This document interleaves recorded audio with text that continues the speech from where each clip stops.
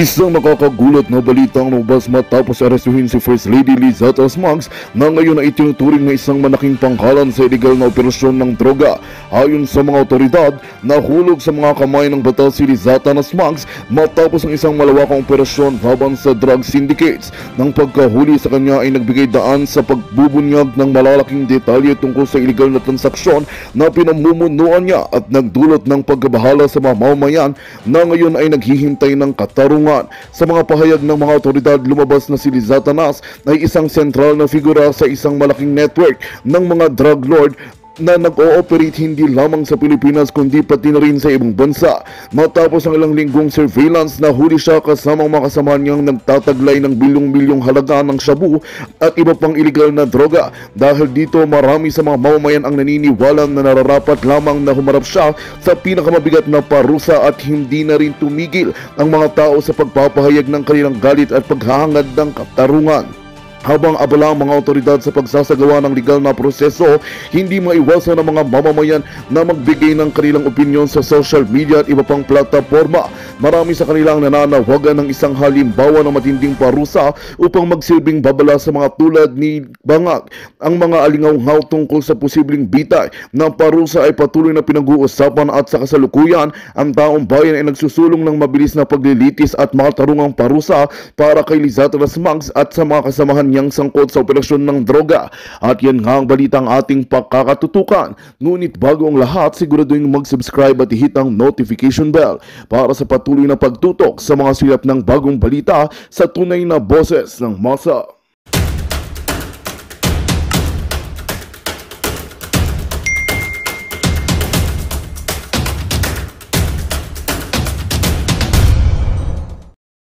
Spiritual na buhay upang sa kanya pong malabanan at kanya pong malagpasan ang unos na kanyang dinaraanan sa mga sandaling ito. Ganon din po, Ama, kami po, Diyos, ay nananalangin sa kanyang buong pamilya. Patatagin niyo po sila, Ama, ang kanyang anak, ang aming Vice President Inday Sara Duterte, ang kanyang anak na si Congressman Pulong Duterte, si Mayor Baste Duterte, na nananindigan para po sa aming inang bayan. Amang banal, alam po namin, O Diyos, kayo pong Diyos ng aming pinaglilingkuran ay ang isang Diyos ng katarungan. Hallelujah, hallelujah. Kaya po, Ama, alam po namin ng itong lahat ng kasamaan ay may hangganan.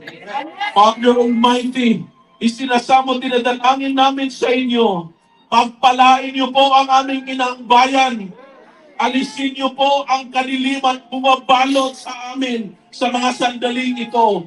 Mula sa mga mapang-abusong tao, sa mga mapang-abusong politiko na walang ibang hinahangad kundi ang sariling kapakanan. Father Almighty, inaalay namin ang aming mga dalangin sa inyong trono sa gabing ito, sapagkat wala na po kaming ibang malalapitan, wala na po kaming may ibang matatakbuhan, kundi kayo lamang, Amang Banal na makapangyarihan. Amang Banal, itong lahat ay aming inaalay sa inyo. Lahat ng aming mga dalangin. Hallelujah. At ang higit sa lahat, na makabalik na po sa bansang Pilipinas ang aming pagkabitugong at makasama po namin dahil siya po ang simbolo ng kalayaan ng Pilipinas at ang simbolo ng tunay na pagmamahal sa bayan. Amang Banal, maraming salamat po sa gabing ito. Kasama ko po ang lahat ng iyong mga anak, mga Pilipino dito sa Los Angeles na nagmamahal at humahangad ng tunay na kalayaan para sa aming bayan. Amang Banal, ang lahat ng ito, pinapasalamatan namin lahat ng katagumpayan. Amin na po itong pinapasalamatan dahil naniniwala po kami na may milagro pong mangyayari. Makakauwi na po ang aming tatay dito sa Pilipinas. At manunumbalik po ang kagusan, kapayapaan, at katahimikan, kakayaan at kaunlaran sa bansang Pilipinas.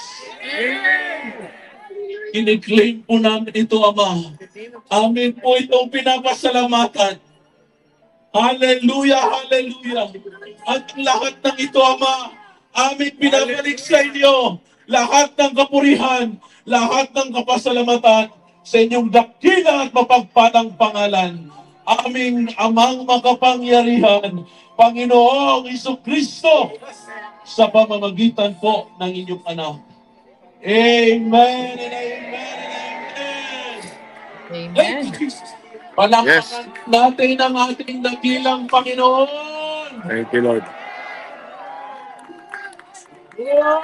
Patuloy po nating awitan ang ating Panginoon.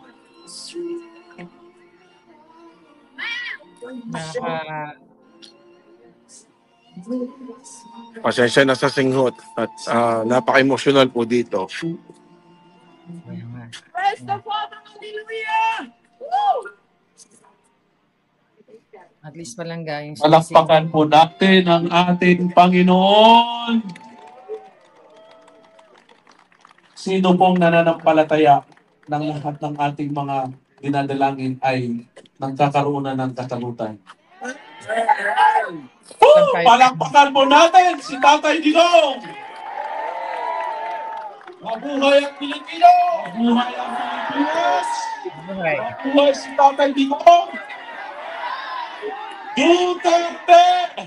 Duterte! Duterte! Duterte! Duterte! Duterte! Duterte! Duterte! Duterte! Duterte! Duterte! Duterte! Maraming salamat po at magandang gabi po sa inyong lahat. At iniimbitahan din po namin kayo. Meron po tayong campaign rally sa March 13. Actually po, ito po ay campaign rally po ni Pastor Kibuloy. Pero kasama na po ang buong slate ng PDP Laban sa March 30. So kung gusto niyo pong pumunta, meron na po tayong communication, no? Siguro mga kababayan ko, kasi wala tayong parang group na, alam mo yung group na sa Facebook, kasi nung nag-post ako about this rally, tinanggal ko siya. So maganda siguro may magawa ng Facebook group natin at doon po tayo para isang send lang ng message, matatanggap po natin lahat. So, sino po gustong gumawa niyan? At maraming salamat po sa kanila. Malangga, mag-interview ka ng mag-interview ka ng tao. Ibaling sa Pilipinas, sino Yes! Ayan, magsimpa muna tayo. After umiyak.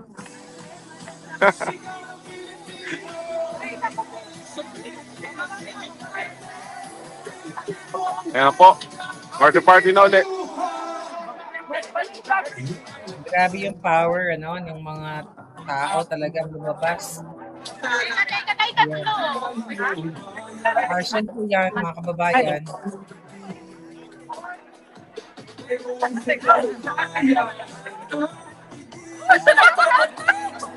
Maraming lumuha pero ngayon alive na ulit sila. Full of hope.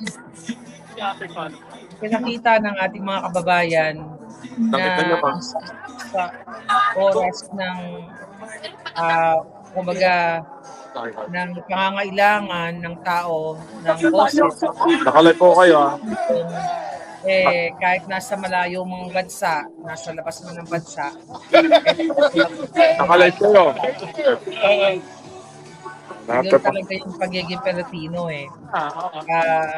sana mawakasan na natin yung mga bangag, manindigan kayong lahat at isigaw ninyo na ayaw nyo na sa bangag. Sobra na ang ginagawa ng mga ito. Dalisay Alonso nagtatanong, yes, may event po tayo. Marami pa tayong mga event. Follow nyo lang yan, page natin. Mga information na mga rally. Kasi yung mga kababayan natin nagsiset sa atin ng kanilang mga event schedule. So dyan ko po pinopost sa ano na yan, sa Facebook page na yan, sa Boljakan. So actually may isa pa tayong page, pwede rin kayong tumingin, pero yeah, kahit sa atin sa page na to, Bernard. lang.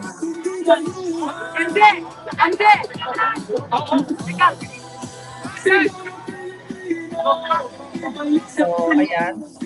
Yan, akin din po yung page na yan, Maharlika Network. Ayan, si Bangag, sumisinghot. Ayan, naka-live tayo, nakita nyo, naka-share. Maraming salamat po mga kababayan ko. Yung mga vlogs po Na natin. pwede nyo puntahan sa mga announcement. Para gamitin po natin sa March 30. Alright, so alam nyo na, paki-screenshot na Yung lang. mga vlogs po natin. Boljak Adam. TV sa YouTube. So,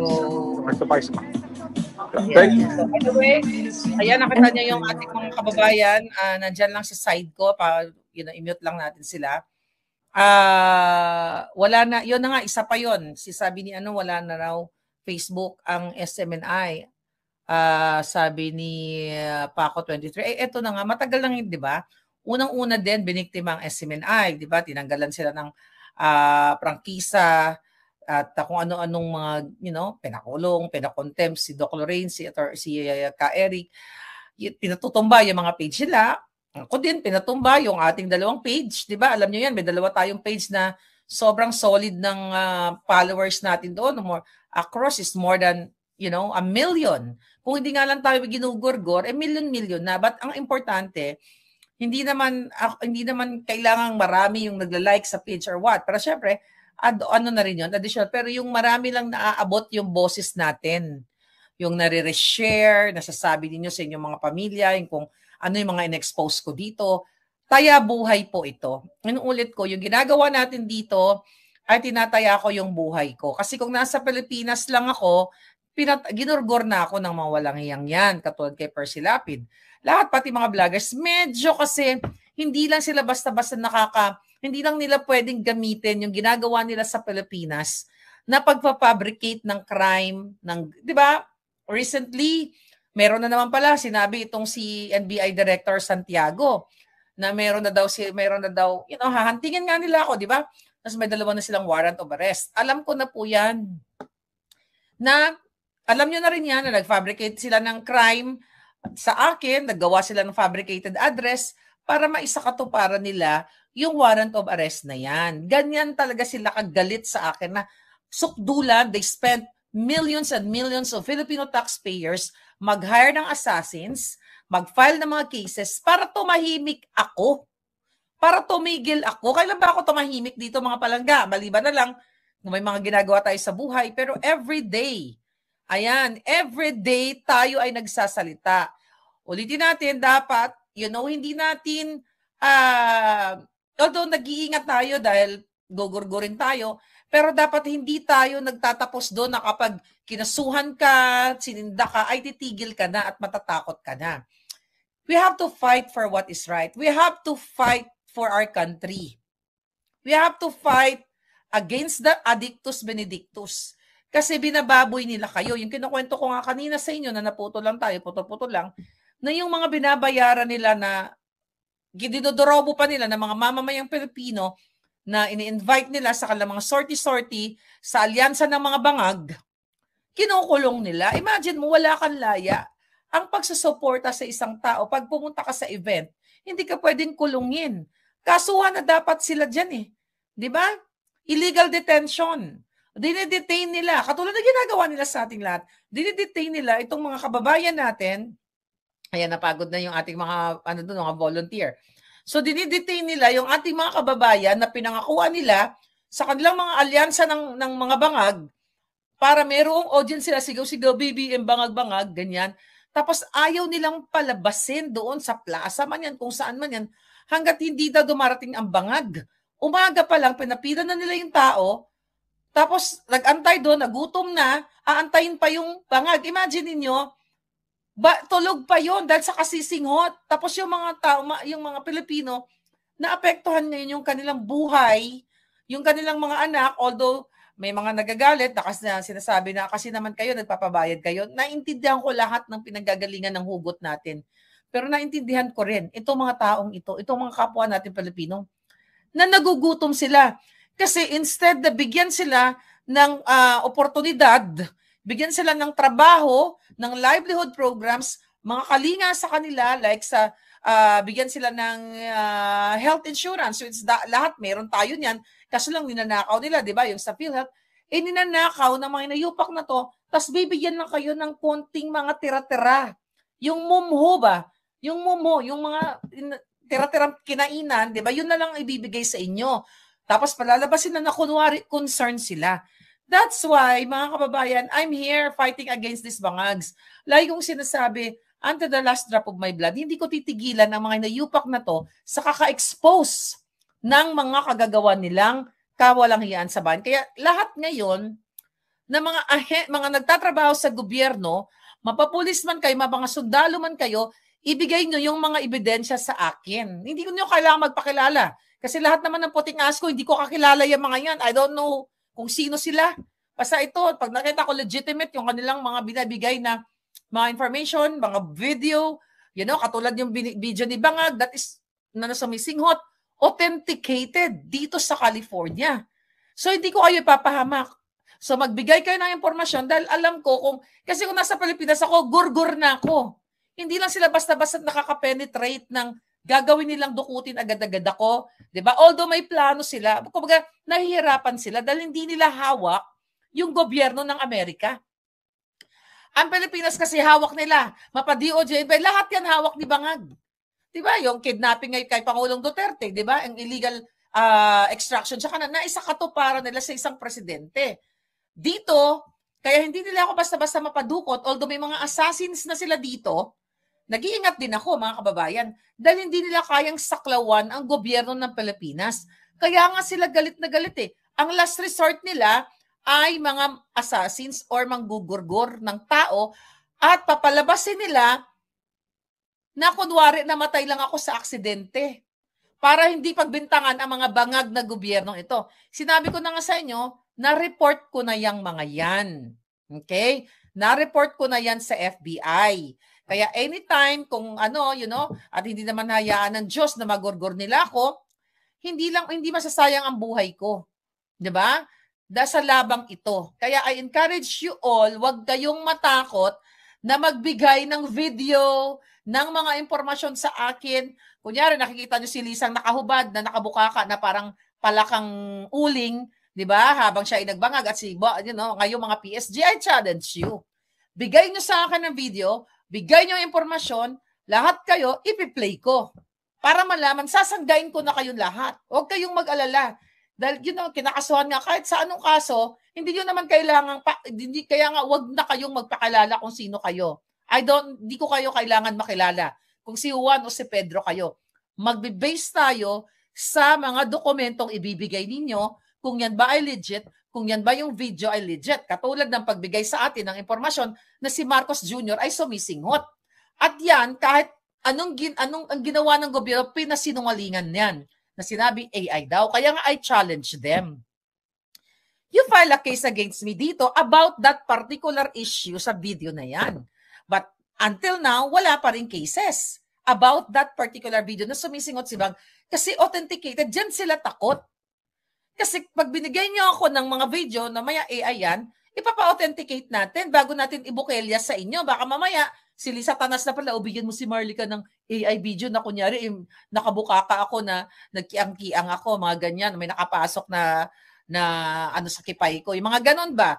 Di ba? Pwede nilang gawin kasi, by the way, mga kababayan, please, mag-ingat kayo na mag-post ng mga statement daw ng ICC, mga taga-ICC na nagsusupport kay Pangulong Duterte. Tanim po ni Lisa Tanas yan. Ang style nila, matagal ko na yung sinasabi. Gagawa sila ng peking balita na kunyari, pabor sa atin, mga sumusuporta kay Pangulong Duterte o pabor sa atin, mga antay-bangag. Isisend nila yan sa atin sa mga pages natin. Excuse me. Matagal na yan. 2015 pa po ako sa vlogging world na ito. 'Di ba? 10 taon na ako nagdadadakdak dito. So alam ko na yung ginagawa ng mga tiwaling, mga before mga dilawan ang nag-feed sa atin. Hanggang ngayon. Ngayon, ang bangag, may trolls sila. Nakita nyo naman sa page ni Lisa Tanas at ni Marcos Jr. Tapos ngayon, sabi ng hinayo ng bangag na, ng honghang na NBI director, may trolls daw ako sa Pilipinas at pinapalabas daw yung mga pinagsasabi ko sa Pilipinas. Di ba bobo lang? Kahit sa Mars ako, papanoorin ako ng taga-Africa, di ba? Panoorin ako ng kung saan man. So, ang ano talaga nila, the target nila, hi Leonie, Panguba, thank you. Thank you very much, new member. Palakpakan natin si Palangga. Thank you for supporting me. Thank you sa pag-support sa atin. Tranquility Tunes, ay Mamarlaga, please shout out sa Tranquility Tunes. Heaven Channel Music for Lofi Relaxation. Ayan, follow si Palangga. Mukhang marirelax kayo dyan. Thank you, Palangga. So, style na yan ni Lisa Tanas, ni Bangag, na magtanim ng peking balita. Tapos kayo, syempre, alam ko naintindihan nyo, excited kayo, you share agad. Huwag nyo basta-basta i-share. Nabiktima na ako niya nung mga unang vlogger pa lang ako, nung mga bago pa lang ako. Na-excited ako, nabiktima na ako ng dilan. Pero I learned my lesson na bago tayo mag-share, i-verify naman. May Google naman eh. I-check nyo sa mga, let's say, kung may nagsalita niyan, sa mga news outlet na legit yan, like mga foreign, no? Like Fox News, ABC, kung ano pang iba pang mga BBC, ganyan.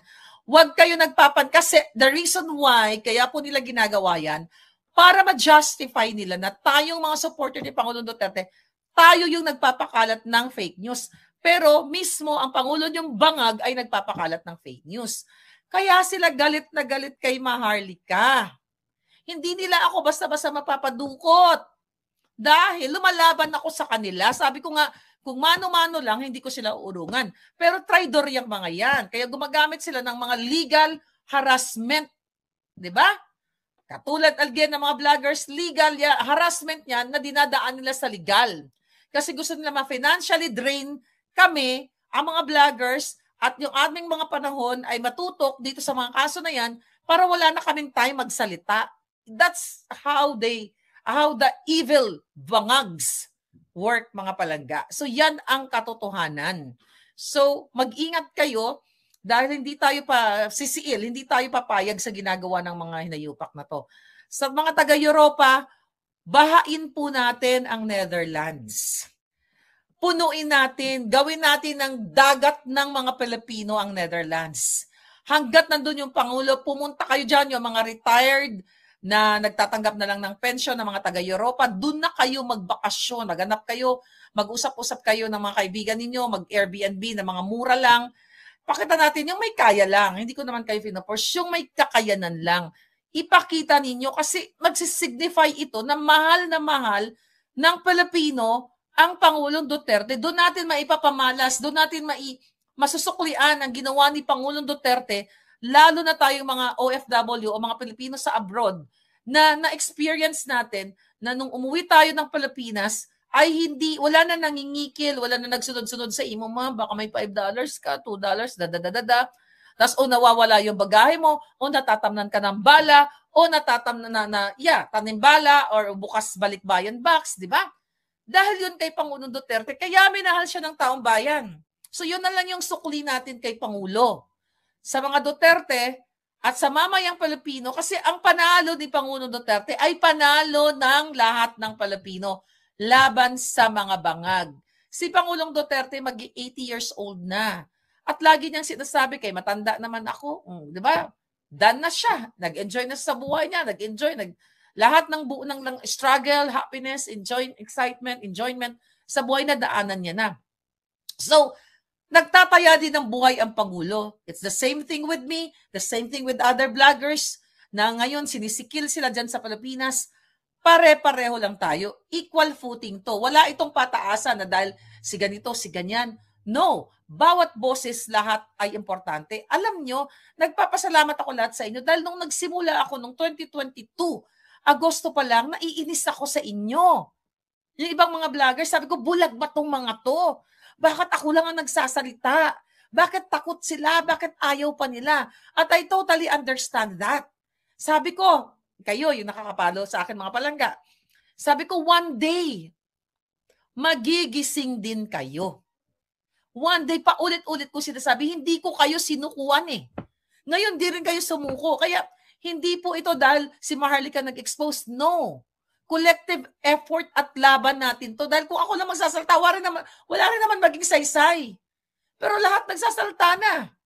Andyan, no less than the Vice President, Pangulong Duterte, yung mga police na nanindigan, na nagsasalita, di ba? Recently, mga sundalo, kayong mga OFW, kayo dyan sa Pilipinas. Davao, Cebu, Baguio, all over the Philippines, Japan, all over the world. Nakita ko yung talagang gusto ninyo. Gusto na ninyo ng pagbabago, na gusto na ninyong wakasan yung mga bangag. We have to be peaceful sa laban na to. Kumbaga yung tolerance natin sa mga bangag, huwag tayo magsimula ng gulo dahil sila ang nagsisimula ng gulo. Yan ang gagawin nila sa atin. Maging martial law 2.0, which is nangyayari na nga ngayon. Di ba? Nangyayari na ngayon. Pero kailangan natin, ang style kasi, mga kababayan, ng mga dilawan, pulawan at bangagan, iisa lang. Ipoprovoke kayo. Dapat talagang may ang pasensya nyo. Di ba ako dito, na-provoke na ako. Gusto nilang yung pinasok yung aming event. Alam nyo yan, in hindi ko nagkakamali, 2018 dito dyan sa Los Angeles. So anyway, mga kababayan, puprovoke kayo ng mga demonyo. Yung mga NPA magaling yan, mag-acting-acting. Alam nyo yung mga modus, nakikita nyo yan, yung mga modus na kunyari nagda-drive ka, tapos biglang aatrasan ka, babanggain ka, para mag-claim ng insurance or whatever. Ganyan ang style ng mga bangagan. Kunya, puprovoke ka or mag-aati na nasaktan mo para mag-demand sila or whatever. So mag-ingat po kayo. Pero hindi tayo pasisiil, hindi tayo patitinag. Bahain nyo ng tao ang ICC. Palibutan natin sila ng bonggang-bongga para pakita natin sa kanila kung paano natin mahal ang Pilipinas, mahal ang Pangulong Duterte. Imagine niyo, may mga international media na nandoon. Kung makikita nila buong ICC o buong Netherlands, sa The Hague na lang. Okay, mas manado ng malaki yon. I don't know kung ilang population ng Netherlands, hindi ko na-check. Sa buong The Hague na lang. Kung mapuno yun, napakagandang pagpapakita ng suporta kay Pangulong Duterte. Sa 23, nandyan may event. Diba? Doon sa mga nagtatanong pala, I don't know kung pwede ko ba i-post ang registration. I think pwede ko i-post ang registration publicly. I will ask kung pwede ko i-post doon sa ito, sa Facebook natin, sa dalawang Facebook na yan, dyan at doon sa Boljakan Facebook, ipopost natin kung paano kayo mag-register sa event dyan sa March 23rd. Okay? So, kung nandyan kayo, kailangan, I don't know kung limited lang ba yun or what, kung di man kayo makapasok, sa labas, ang importante yung presensya natin. Yung presensya ninyo. Na ipakita ninyo yung pagmamahal kay Pangulong Duterte. Yun lang naman yun eh. Di ba? Sabi nung ni John Robles, totoo bang nakakulong si Lisa sa Amerika? Wala po ako sinabing nakakulong. Gusto ko lang liwanagin yan. Dahil yan ang mga fake news nila na sinabi ko raw na nakakulong si Lisa Tanas sa Amerika. Wala po ako sinabing nakakulong siya. Ang sinabi ko na hold, na question dahil sa pagkamatay nung intoransya na ayaw man lang bigyan niya ng sympathy, letter of sympathy. So wala akong sinabing ganyan. Kaya ngayon, yan na yung mga pakalat nilang kasinungalingan na sinabi ko daw na nakakulong si Lisa Tanas. Iba po yung nakakulong sa na-hold o na-question ka. Diba? Kahit tignan nyo sa diksionaryong Tagalog, sa diksionaryong Espanyol o Ingles, magkaiba ang ibig sabihin yan. So gusto ko lang liwanagin yan. At may mga lumalabas sa si Lisa Tanas, nandiyan na sa Pilipinas, paano mo pagkakatiwalaan yan? Mahilig sila sa backdated video, backdated photo, hanggat hindi siya nagla-live, na buhay siya, na 'di ba? Na yung mukha niya formalin inspired, wag tayong paniniwalaan. Pero may mga sabing na sa Pilipinas na daw siya na, paano ka maniniwala sa Tanas na yan? Doon pa lang nung sabi yung nagka-allergy yung mata niya, tapos nadulas pa siya o natumba pa siya doon sa bato-batuhan na kung saan man bato-batuhan, yun ay kasinungalingan. Tinusok siya ng formalin version ni Dr. A. Kaya 'di ba mga kababayan, yan ang totoo. Sinungaling yung buwaka ng inang yan. Yung inayupak na yan, dapat magbayad yan lahat sila. Pagbabayarin natin sila lahat sa mga kasalanan nila. pattern doon, sabi ni Simju, pattern na pattern doon sa tatay, sabi ko nga, parang deja vu. Okay? No, mga palangga, parang nangyari na ito. Hindi lang siya deja vu eh. It's real. It's not parang, di ba, may mga bagay ka na parang may mga napuntahan ka na parang nangyari na to. You're not sure, di ba? Pero ito, you're sure. Na, you know, yung martial law, martial law ginawa nila. Okay. Oh, may nag-message sa akin, sabi daw ni Senator Bato, Pilipinas, where do we go from here? Meta, formerly known as Facebook, has simultaneously suspended SMNI and its affiliate pages DZAR 1026 and SMNI Integrated News. Kindly follow their other Meta account, Pulso ng Bayan and Newsblast. Well, now I'm supporting you, Senator Bato, because the only thing we can do is to support Pangulong Duterte's senatorial balls. Pero di kasi nakinig sa akin, Senator Bato eh. Ayaw kitang sisihin, ayaw kayong sisihin. Hindi kayo nakinig sa akin. Di ba? PIDEA leaks na ipatawag mo si Bangag at si Lisa Tanas dahil sila ay sangkot sa droga. Ipatawag nyo si Kumar. Hindi kayo nakinig. Kaya minsan, ay tao lang ako. Okay? Alam mo nyo, nung nakikita ko itong nangyayari sa inyo, mayroon kang kapangyarihan noon na ipatawag ito mga adik na ito. Wala. Uli na ang lahat. Diba? Sabi nga nila, lima na lahat but still we're fighting. Yun lang. Ulit-ulit ko sinasabi, may kapangyarihan ka bilang senador. Kung ipinatawag mo ito last year, itong mga buwaka na itong si Lisa Tanas na wala naman niyang immunity, nagbingo na sana natin yung mga hinayupak na yan. Napanagot na sana yan o nakita ng taong bayan.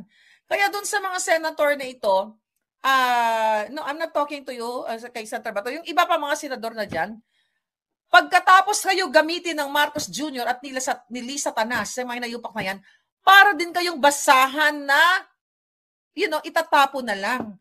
Mas maganda kung meron kayong paninindigan, no matter what, re-election is kayo or what, manindigan kayo sa tama. Katulad ko, hindi ko sinabing magaling ako. Ang sinasabi ko, sinasalo ko lahat ng bala. Yung kaso ko, I'm fighting alone. Yes, alone.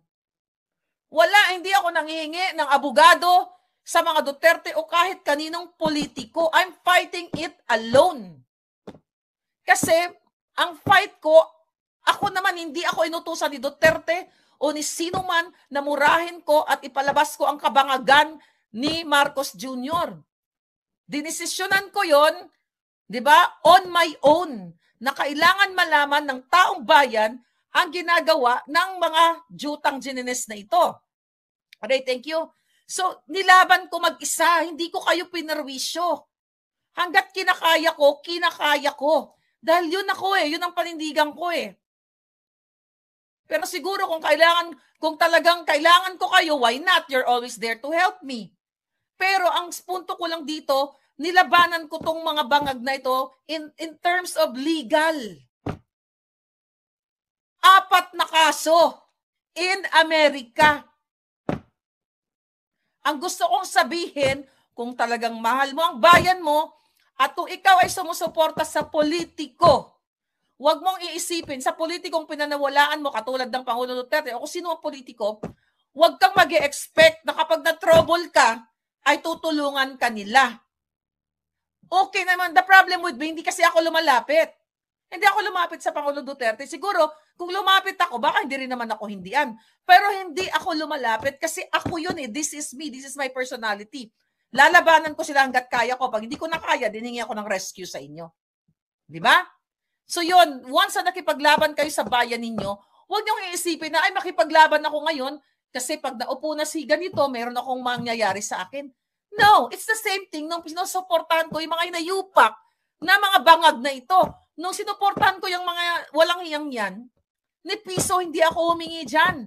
Kaya nga wala silang maisumbat sa akin Even nung pumunta ako ng Pilipinas 2 beses to support them at my own expense. Kasi yun ako yun ang laban ko. Hindi ko inaasa. 'Di ba? So, pero tayo ngayon, pero tayo naman, yung mga kababayan natin na nag-ano ng mga event, ako, nanghingi din ako ng support sa inyo, yung tutulungan natin. Diba? Kailangan nating tulungan. Kasi ito tuloy-tuloy to eh. Later on, manghingi ako ng tulong sa inyo pag kailangan, kung kailangan. Diba? So yun mga kababayan. As much as possible, ayoko kayo bigyan ng burden. Okay? Katulad ni Pangulong Duterte, ganyan din ako. Ayoko kayo bigyan ng burden kasi pare-pareho lang tayo ng level ng buhay. Maliban ako sobrang rich and famous ka talaga. Why not? Diba? Pero ang punto de vista natin dito mga babayan, huwag kayong matakot. Itong laban natin to, kayong mga pulis na nga nagsispeak up na tama yung isang pulis na hindi daw, sabi niya, hindi na kailangang sumunod kay Bangag kung ang inuutos sa kanya ay illegal. Diba? Tama naman, may batas tayo. Bakit ka susunod? Ikaw PSD, bakit ka susunod kay Bangag, kay Lisa Tanas na manggurgor o magkolekta ng mga bribe money or whatever? Legal ba yan? Para ba yan sa Pilipino? Kaya kailangan yung manindigan. Kung ako nga na nasa Amerika na, sinasaluko lahat ng kaso, lahat ng bala ng mga baka ng inang yan. Kayo pa? Diba? Kayo pang mga lalaki. Ano kayo? Putian ang itlog niyo mga dodong? O mga supot kayo mga dodong? Giatay. Naunsa man mo? Ipaglaban nyo ang inyong mga inyong Magandang balita ang hatid namin sa inyo ngayong araw. Sa pagtatapos ng aming balitaan, nagbigay kami ng mga mahalagang impormasyon. Maraming salamat sa pagtutok at pagsuporta sa aming programa. Huwag kalimutang manatili sa mga susunod na araw para sa mga bagong balita at mga kwento na dapat nating abangan. Mula sa Boses ng Masa, magandang araw Pilipinas!